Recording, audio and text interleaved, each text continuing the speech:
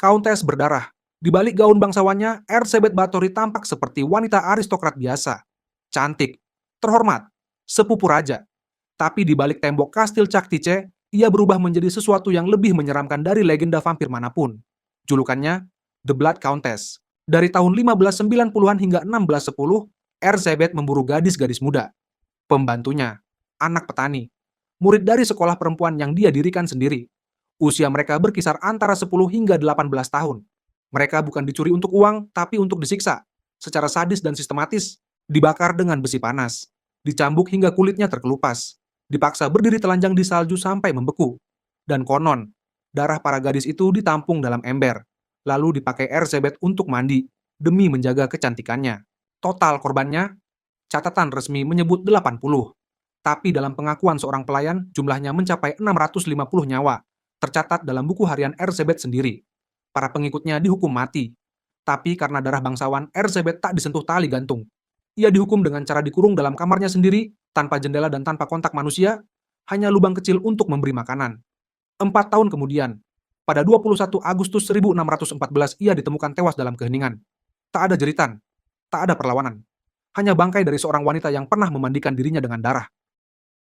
Janda pembawa petaka. Di mata tetangganya di La Porte, Indiana, Belle Ganes adalah janda tangguh yang sedang membesarkan anak-anak sendirian. Wajah datar, tubuh besar, rajin ke gereja. Tapi di balik rumah peternakan yang sepi itu, ia membangun ladang pembantaian dengan metode yang sangat terencana. Julukannya, The Black Widow of La Porte. Dari akhir 1800 hingga 1908, Belle memasang iklan asmara di koran, menargetkan pria kesepian yang ingin menikah. Ia memikat mereka dengan janji cinta dan tanah luas. Lalu begitu mereka tiba, mereka menghilang.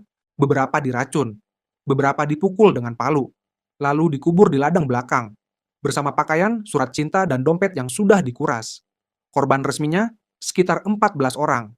Tapi saat polisi menggali properti Belle, mereka menemukan lebih dari 40 potongan tubuh, terkubur di berbagai titik. Beberapa tanpa kepala, beberapa masih dalam karung goni. Belle pun diduga membunuh suaminya sendiri, dan 2 anak kandungnya, bahkan pembantunya yang tahu terlalu banyak. Semuanya menghilang, dengan keuntungan asuransi jatuh ke tangannya. Pada 28 April 1908, rumah Belle terbakar. Di antara puing ditemukan tubuh wanita tanpa kepala dan anak-anaknya. Tapi anehnya, tinggi badan jasad itu jauh lebih pendek dari Belle. Polisi curiga.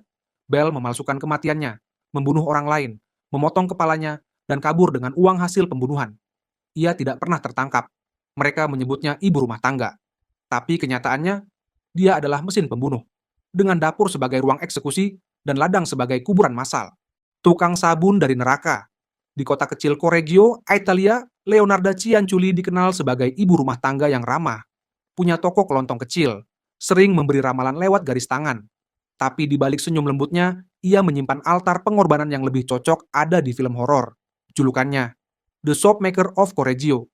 Tahun 1939 hingga 1940, Leonarda membunuh 3 wanita. Bukan karena dendam, tapi karena ia percaya tumbal manusia akan melindungi anaknya dari maut. Para korbannya datang atas saran Leonarda sendiri, dijanjikan jodoh, pekerjaan, atau kehidupan baru. Mereka disuruh menulis kartu pos seolah sedang bepergian, agar keluarga tak curiga. Begitu masuk ke rumahnya, mereka tak pernah keluar. Dengan kapak, Leonarda membunuh mereka, lalu memotong-motong tubuhnya.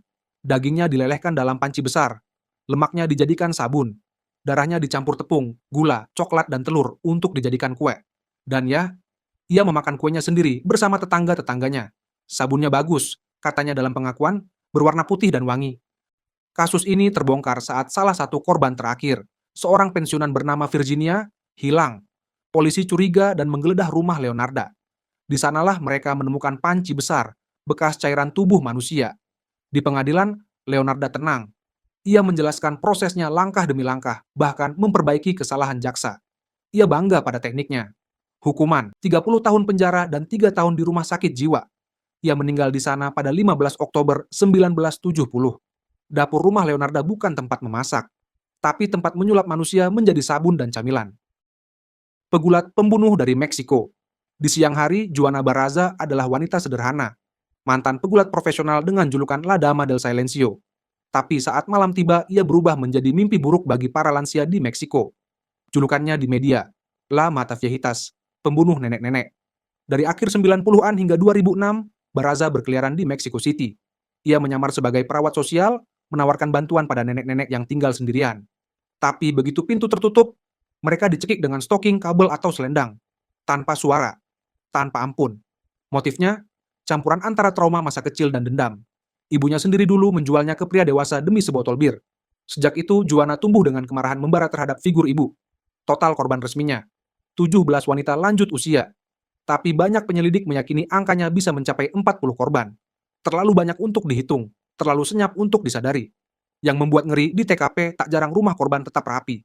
Tidak ada perlawanan. Seolah-olah korban percaya penuh sebelum dicekik sampai mati.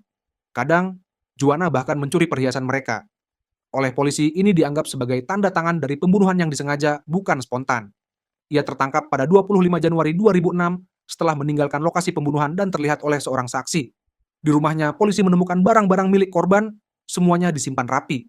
Seperti trofi. Di persidangan, Juana tetap tenang, tak menyesal. Bahkan mengaku bangga pada karier gulatnya. Hukumannya, 759 tahun penjara. Dulu ia naik ring gulat dengan topeng. Tapi ternyata, topeng sejatinya baru terlepas ketika ia dikenal sebagai pembunuh berantai. Iblis jalanan Florida. Di siang hari, Aileen Wuornos adalah pekerja seks jalanan. Rambut pirang acak-acakan, suara serak, dan tatapan kosong yang penuh luka. Tapi saat malam tiba, ia berubah menjadi sosok yang ditakuti para pria di jalan tol. Julukannya, serial killer wanita pertama Amerika. Antara tahun 89 hingga 90, Aileen menembak mati 7 pria di berbagai pelosok Florida. Semua korban ditembak dari jarak dekat, lalu dibuang di hutan atau semak-semak. Ia mencuri mobil dan barang-barang mereka, kadang menjualnya untuk bertahan hidup. Motifnya? Menurut Aileen, semua pembunuhan adalah pembelaan diri. Ia mengklaim bahwa para pria itu mencoba memaksanya. Tapi penyelidik dan jaksa menemukan pola. Senjata yang sama, eksekusi yang sama, dan dalam beberapa kasus, tidak ada bukti adanya kekerasan. Latar belakangnya adalah neraka. Aileen lahir dari ibu remaja dan ayah yang dipenjara karena pelecehan anak. Ia mulai bekerja sebagai PSK sejak usia 11 tahun, tidur di hutan, dan hidup dari mobil ke mobil. Kekasihnya saat itu, Tyria Moore, sempat membelanya, sampai akhirnya bekerja sama dengan polisi untuk menjebaknya. Wuornos ditangkap pada 9 Januari 1991 di sebuah bar Baker. Pengakuannya terekam dengan santai, tanpa penyesalan. Ia dijatuhi 6 hukuman mati lebih banyak dari hampir semua pembunuh berantai pria. Dan pada 9 Oktober 2002, Aileen dieksekusi dengan suntikan mati. Kalimat terakhirnya, "I will be back like Independence Day." Tak ada senyum, tak ada air mata. Di Amerika, banyak yang membunuh demi uang atau gairah. Tapi Aileen, ia membunuh karena dunia lebih dulu membunuhnya. Suster pencabut nyawa. Di siang hari, Jane Topan adalah perawat teladan, sopan, cekatan, penuh perhatian pada pasien. Tapi begitu tirai ditutup dan jarum disuntikkan, ia berubah menjadi iblis berseragam putih. Julukannya, Jolly Jane, meski yang ia bawa hanyalah kematian. Antara tahun 1885 hingga 1901, Jane menyuntikkan puluhan pasien dengan kombinasi morfin dan atropin, obat yang menenangkan, lalu mematikan. Tapi ini bukan soal eksperimen atau belas kasihan, ia mengakui. Ia menikmati proses membunuh, bahkan berbaring di samping korban yang sekarat, demi merasakan sensasi kehidupan yang perlahan menghilang. Motifnya? Bukan uang, bukan dendam, tapi murni dorongan sadis dan kebutuhan untuk merasa berkuasa atas hidup dan mati. Ia bahkan membunuh teman dekatnya dan seluruh keluarga angkatnya hanya untuk melihat apa yang terjadi. Dalam pengakuannya yang mencengangkan, Jane mengklaim telah membunuh lebih dari 30 orang. Tapi sejarawan percaya, jumlah pastinya bisa jauh lebih banyak. Mengingat posisinya yang bebas menyentuh obat-obatan dan pasien selama bertahun-tahun. Ia akhirnya tertangkap pada 1901 setelah membunuh seluruh anggota keluarga Davis dalam waktu singkat. Otopsi mengungkap racun dalam tubuh para korban. Penyelidikan pun menelusuri rekam jejak Jane dan menemukan jejak kematian dimanapun ia bekerja. Di persidangan, ia mengaku tak menyesal, bahkan tertawa. Ia dinyatakan tidak waras dan dikirim ke rumah sakit jiwa Taunton, di mana ia menghabiskan 40 tahun terakhir hidupnya hingga meninggal pada 1938. Jane pernah berkata, "Tujuanku adalah membunuh lebih banyak orang daripada siapapun di dunia."